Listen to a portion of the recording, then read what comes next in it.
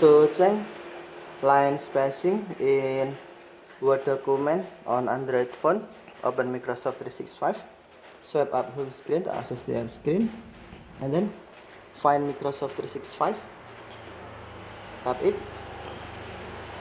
Next, select your Word document for assemble this Word document, or if you find in my files on my phone. Okay, open your Word document. Next, tap edit,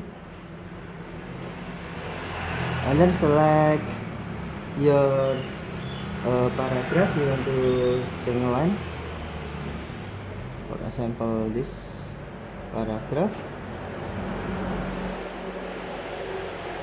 and then select up arrow icon, scroll down the screen, select paragraph formatting, and then on line spacing, tap arrow icon, select line spacing you want, for example.